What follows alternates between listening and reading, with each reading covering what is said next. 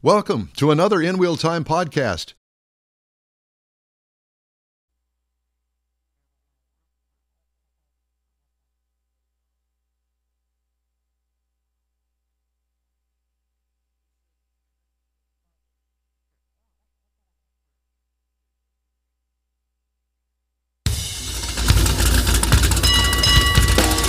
Welcome to the award-winning InWheelTime Car Talk Show. Coming up, we visit the Savoy Automotive Museum to talk about barn finds and other things.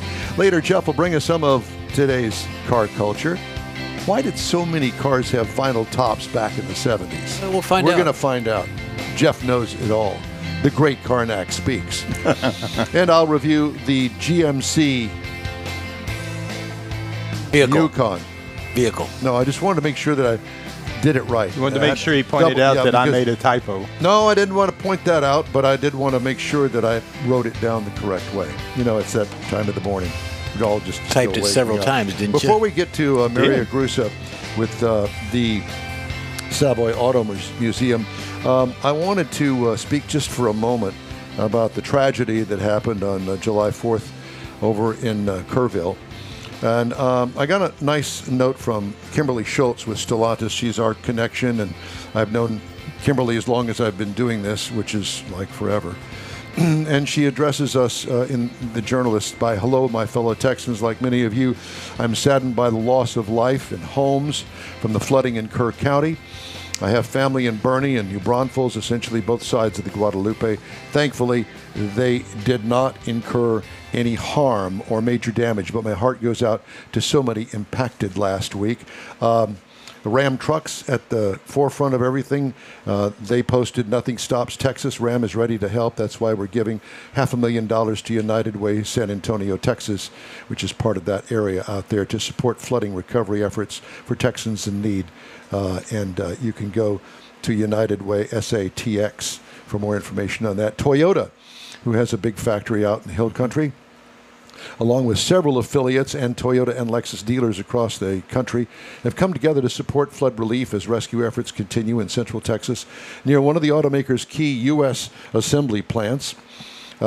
Independent distributor Gulf States Toyota, which is here in Houston, along with dealerships Southeast Texas Toyota and Vic Vaughn Toyota of Bernie, have also answered the call, bringing total donations for Toyota and its partners to more than $600,000 so far.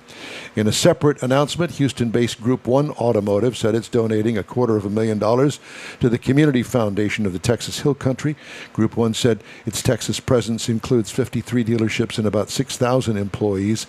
CEO Daryl Kenningham said Group 1 has offered additional support by pledging $50,000 in matching funds for donations made by Group 1 employees. And the list keeps on going and going, and I have extensive coverage of all of that. And I did want to mention that I opened my wallet a little bit and gave to SamaritansPurse.org.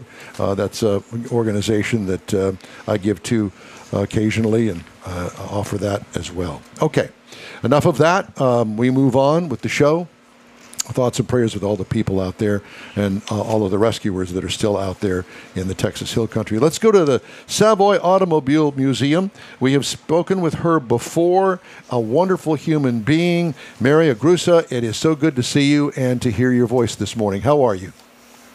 Just fine. I think the last time I talked to you, you had sent all the monsoon rains up to us and it was pouring. And now today it's bright sunshine and hot. But we have been watching what's going on in Texas, and we're sending our prayers your way that things there get resolved, and our hearts go out to the people there that have been impacted by the flooding, because we have our share of it here, but not on the scale like that. Yeah, I don't think anybody has ever had a scale like this. We were talking off the air earlier, and, you know, we have hurricanes here along the Gulf Coast, and yes, people do lose their lives, but not like this. It's quite frightening to see the video as that flood was happening. I've never seen anything like it in my life. So at any rate, we're moving on. Let's go to Georgia and go to Cartersville, Georgia. Where is Cartersville, Mary? We are on I-75. We're about midway between Atlanta and Chattanooga, almost like at the sweet spot, halfway. We're considered northwest Georgia, far enough out of the Atlanta traffic and far enough from the Chattanooga traffic that you really get out into the country when you come here. And Cartersville, Georgia is now going for the designation of Museum City. We have 4 major museums here. We have the Booth Western Art Museum, the Telus Science Museum, the Bartow History Museum, and then the Savoy. And we're all part of one family, and the generous donation of a local family who we're not allowed to name, who when they sold their business, poured a lot of the money that they made into the community, building museums and also a teacher's resource center. How wonderful is that? How lucky are you? Are you a long-time Cartersville resident? For about 20 years. We were in Florida before, so no, we are not natives. You can tell that by my accent. I don't sound like a Southerner. I can fake it sometimes, but not very well. Yeah, well, that's okay. Well, we're glad to have you on the show with us this morning.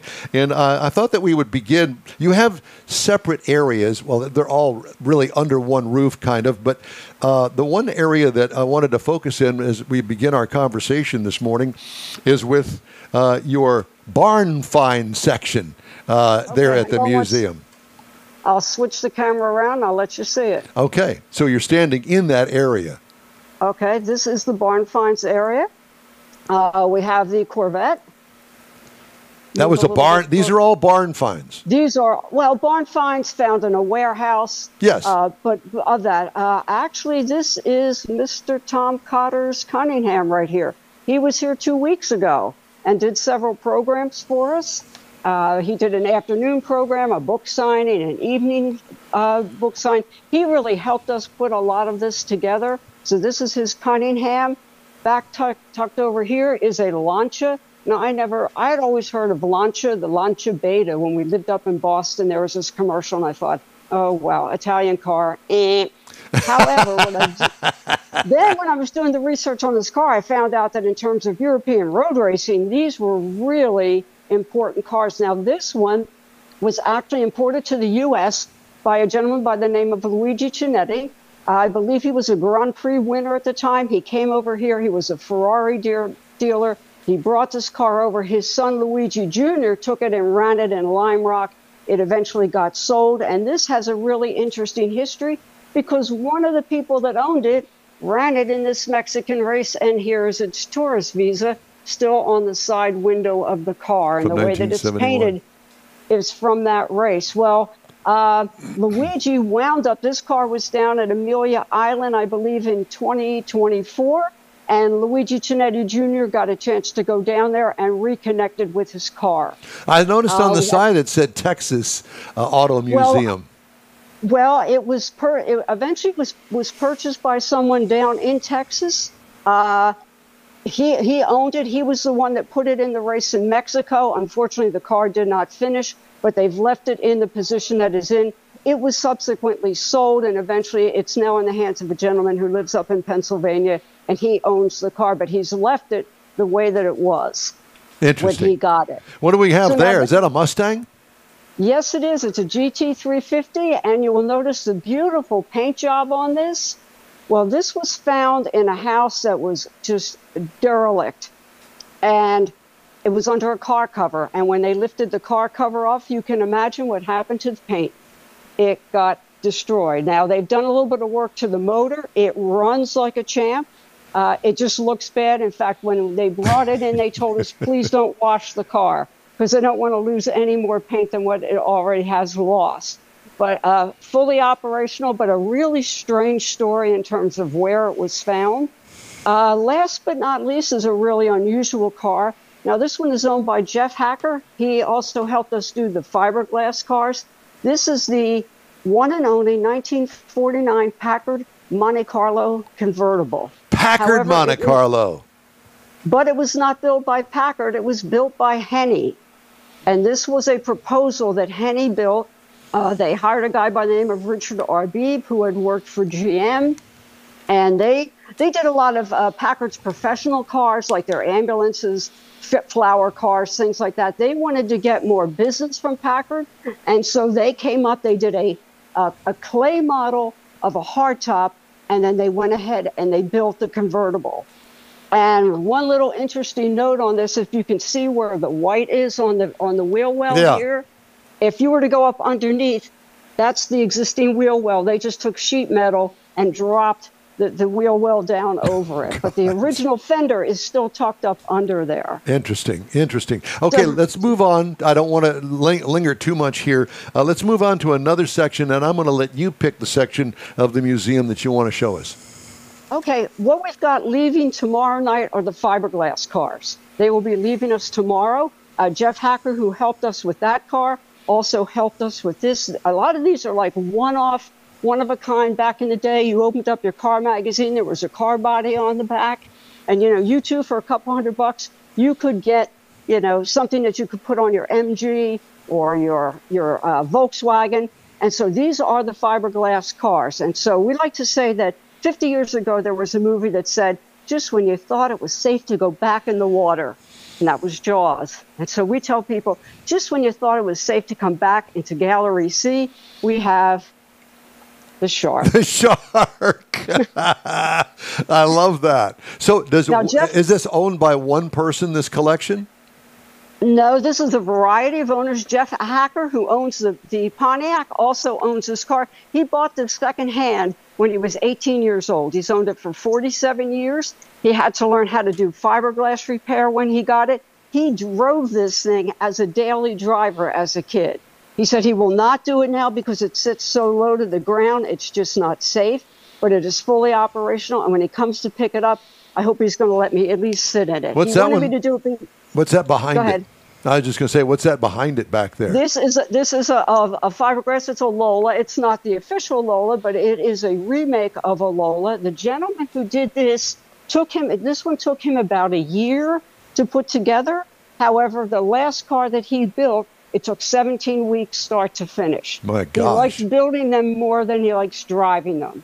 And one of the things that when they came down and did their program, they said, if you want to tackle something like this, unless you really know what you're doing, chances are you're going to buy this kit and that car is never going to get built because there is so much work involved. Well, that's encouraging. Because I asked them, I said, now when you do, they said, oh, you got to get in there, you got to build your own interior. You're doing a lot of your own, the electrical. This car here, which is one of my favorites, this is the Novetta. And the reason it's called a Novetta, according to Steve Briscoe, whose car this is, the story is he's a stand-up comedian. So he said, well, this was done by an Italian designer. And when people looked at the car, they asked him, is this a Corvette? And he was like, no, Novetta, Novetta. But this started out as a fiber fab Banshee body that he decided, okay, it has gull-wing doors. I don't want gull-wing doors. He put regular doors on it. And these, when you open them up, you can actually lift them up off the hinges, take the doors off. He redesigned the whole front end. He changed the wheelbase. And then there was he didn't say who the gentleman was, but someone who does a lot of high-end fiberglass work saw the car and asked, do you mind if I do the rear end of the car? And Steve said, well, yeah, except I can't afford you. And the guy said, no, I just want to do this so that I like what you're doing, and I want to add that to the back of the car. So this took him 20 years to build this car. And he said that he would go, his wife would come out and say, is that blankety blank still out in the garage? And for the longest time, the answer was, yeah. Well, now it's out in the garage, but it's finished. But everything was done. So to give you an idea, these are the hinges for a Mini Cooper. But it was the only thing that he could get that would fit the angle of the car. He said, in retrospect, he should have built a body from scratch where he could have controlled all the contours, because he was having to just go and find parts. Piecemeal it together. That would fit. Yeah. Yeah, like this is an 80s gasser hood, scoop that he had to change. He had to cut it down. He had to make it smaller. So there was a lot of work. So it explains why it took 20 years. Mary, do you give group tours yourself that you take around the museum? We do tours every Wednesday, Thursday, and Friday at 11 o'clock. Do you give them? Sometimes I do. I mean, because if I come to the Savoy, I'm bringing a group of friends, at least a busload, and I want you to lead the pack and take us all around and tell us all these neat things. As long as you tell us ahead of time, yeah, then I'll be here and I'll do it. Okay. No problem at all. All right. Yeah. Okay. One thing here. Now, this is a fiber fab. Now, fiber fab was one of the first companies doing fiberglass bodies. They are still in business today. So they are one of the few that survived. This happens to be a Jamaican. This is the first car that came off out of the mold. This is the very first one that was built. The guy who owns it, his brother designed this car. And while he was an underage kid, he was helping his brother work on this car in the factory. But, you know, he got away with it. So really interesting that fiber fab is still going on today. So the fiberglass cars really were a really nice surprise to have. For the most part, people never saw them. And so it was, and for Jeff, he really wanted people to, people, not only the people that own them, but he said a lot of the people that had these companies felt like they failed because a lot of them, the company never really survived. And so he felt this was an opportunity for him to be able to show some of these owners there's really interest in there. People like the cars. And so it's been a great exhibit. No doubt. Mary, we're short of time on this segment, okay. And we're going to join you again at the top of the next hour. So for those that are joining us via a podcast, it'll be podcast number 3. So the top of next hour, we will join you again, pick another part of the museum, and we'll go through that with you. Is that okay? We'll do the Studebakers, and hopefully if I can get a hold of Blake, maybe we can get the gimbal to cooperate, and it'll be a little better video. Sounds good. Mary, thanks so much, and we'll talk to you in about 45 minutes. Mary Agrusa with the Savoy Automobile Museum. Just ahead, Jeff's Car Culture, why vinyl tops were the big thing back in the day, and a review of the 25 GMC Yukon. The InWheelTime Car Talk Show continues after this. The Tex-Mex dining experience is defined by Lupi Tortilla, your destination for Texas's best beef fajitas and frozen margaritas. Since 1983, Lupi Tortilla has served authentic and time-tested recipes made with the freshest ingredients. Atmosphere is part of the award-winning experience at Lupi Tortilla, all developed in a little house near Highway 6 and I-10 in West Houston. Visit any of the Lupi Tortillas and you'll see the same attention to detail in each and every location. Start your Lupi experience with queso flammeado and guacamole, along with a classic frozen margarita. Dine on famous Lupi beef and chicken fajitas, or pepper shrimp brochette, or a fish or vegetarian entree, and finish with a scrumptious flan for dessert. Find Lupi Tortilla in Houston, College Station, Beaumont, Austin, San Antonio, and Dallas-Fort Worth. There's a Texas location near you. The recipes are authentic and time-tested. The ingredients always fresh. Lupi Tortilla, he's pretty good. Apple or Android, InWheelTime podcast can be found everywhere, on the stream and through downloads. Whether you're on the road or at home and jonesing for a different kind of car talk show, give InWheelTime a try. Honest new car reviews, fun, informative interviews with real car people, weekly automotive news, features like Jeff's Car Culture and Mike's Driving Destinations, all on InWheelTime. Check us out on SiriusXM Podcasts, iHeartRadio, or while you're shopping on Amazon, through Amazon Music. InWheelTime.com has a list, and we know you love lists. InWheelTime's back home now in the Sugar Shack studios, hopefully for the summer. And we hope you'll join us every Saturday, 10 to noon Central Time, for our live rendition of all things automotive. And we thank you for being with us today. Okay, time now for Jeff's Car Culture, a feature on 1970s vinyl roofs. Well, it's more than just 70s. It's just the actual concept of it, because these days, if you use the word vinyl when describing a car's exterior styling, the first thing comes to mind, is especially for the young people, would be the colored vinyl wrap. It's not that.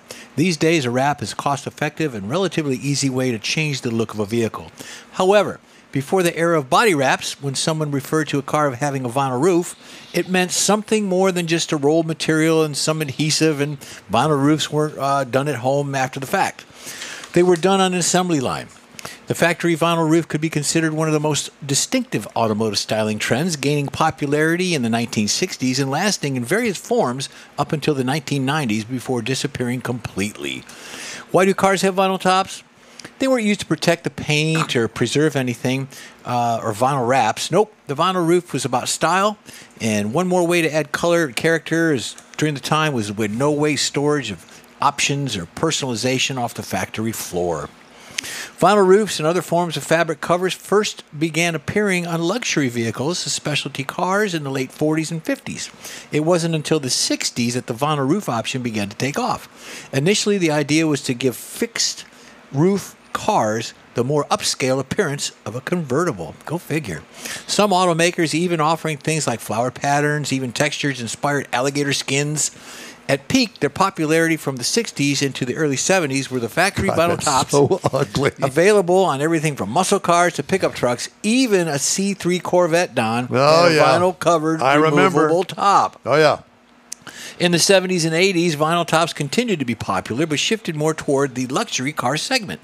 In the 70s, especially, vinyl tops reached peak flamboyance, paired with things like opera windows. Buick and Cadillac were the last ones to offer factory vinyl roofs in 1996, though aftermarket and dealer conversions have long been available for those who really wanted the vinyl top look. I remember the Phaeton stuff. That was cool. While they may have disappeared from modern cars, if you go to a classic car show today, you'll see lots of vinyl roofs, many of them restored and recovered to look like new. Vinyl tops aren't loved by all classic car fans, though. When it comes to a vehicle restoration and bodywork, vinyl tops can be a bit more of a nightmare. For starters, the vinyl can be distressed, deteriorate, and exposure to the elements in more noticeable manner than traditional painted roofs. Rust.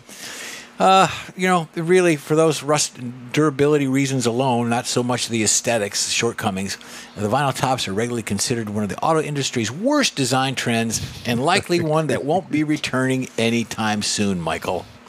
We had a Corvette, and this was it was a 69 or 70 Corvette, brand new, at Richardson Chevrolet, and it was red. But it had a black vinyl roof on it. They covered the T-top individual panels. Remember, there were two back then. So all that was, and it was like, do I really like that? I never could decide whether I liked that or not. Because they trimmed the edges with chrome. Yeah. And it was just... They had to cover it, It was jacked up. It wasn't until later that they went away with that one that I pointed out, how ugly that was, that they were able to tuck it under so you couldn't see the edge. Well, I have a story. My dad, with General Motors execs and all that, my doctor had a Cadillac, and he ordered a vinyl top that we actually did in our garage.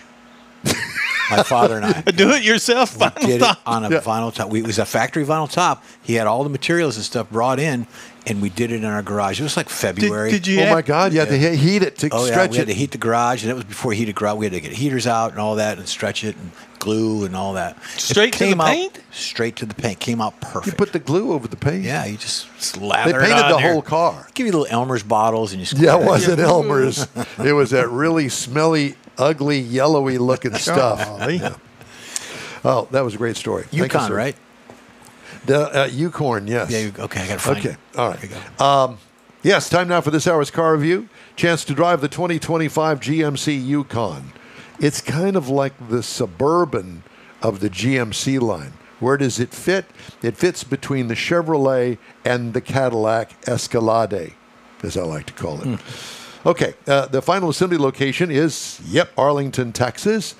The available trim levels are the Elevation, the AT4, the Denali, the AT4 Ultimate, and the Denali Ultimate. I had, drumroll please, two guesses and the first two don't count. The four-wheel drive Denali Ultimate, so this is the top of the line for GMC. It's considered a standard SUV, body on frame, seats up to 8 people in 3 rows. I don't know anybody that gets usually the middle row as a bench anymore. Everybody goes for the buckets. Anyway, exterior changes. Complete redesign was in 2021. They've had exterior and interior updates for this year. Again, it slots between the Suburban and the Escalade. New face is much more attractive than the outgoing model for me. Big 22-inch wheels are awesome.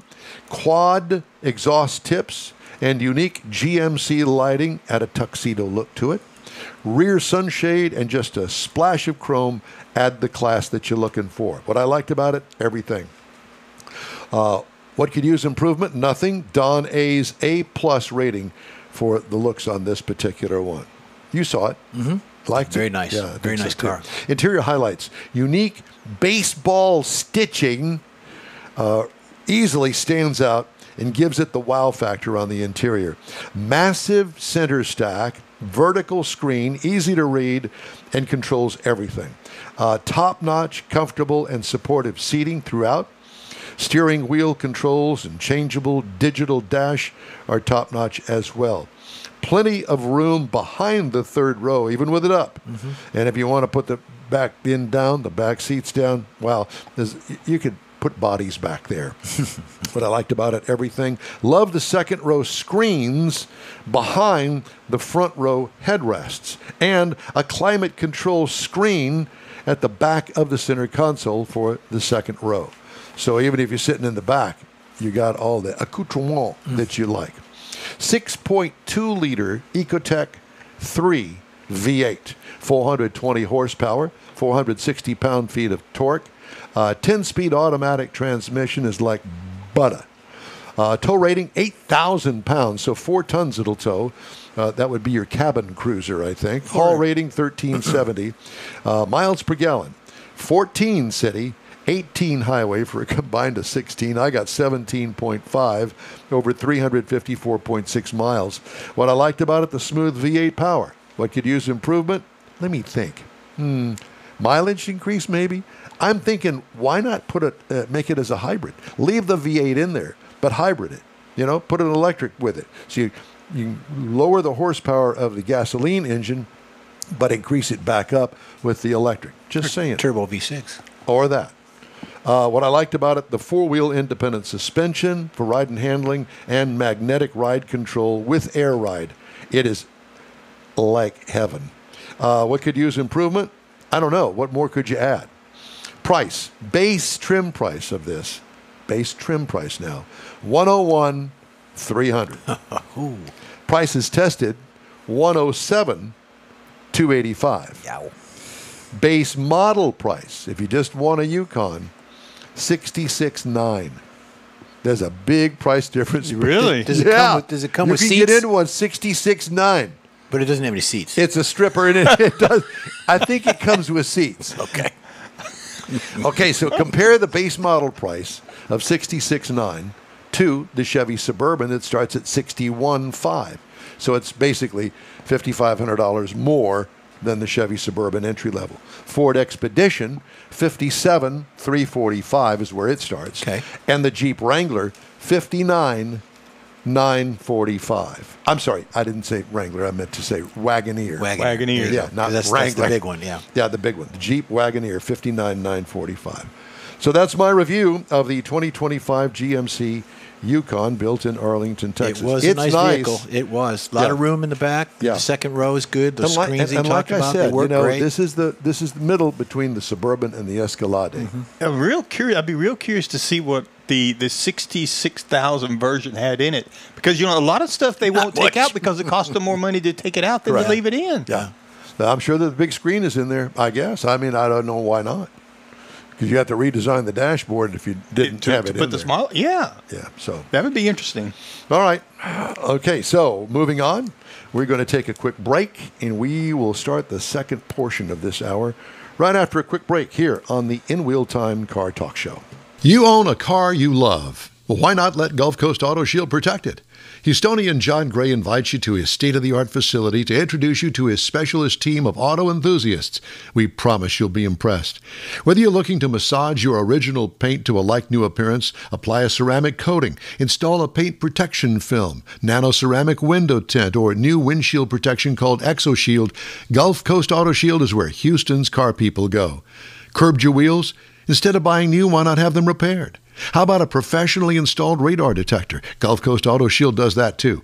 Get a peek inside the shop and look at the services offered by getting online and heading to gcautoshield.com. Better yet, stop by their facility at 11275 South Sam Houston Tollway, just south of the Southwest Freeway, and get a personal tour.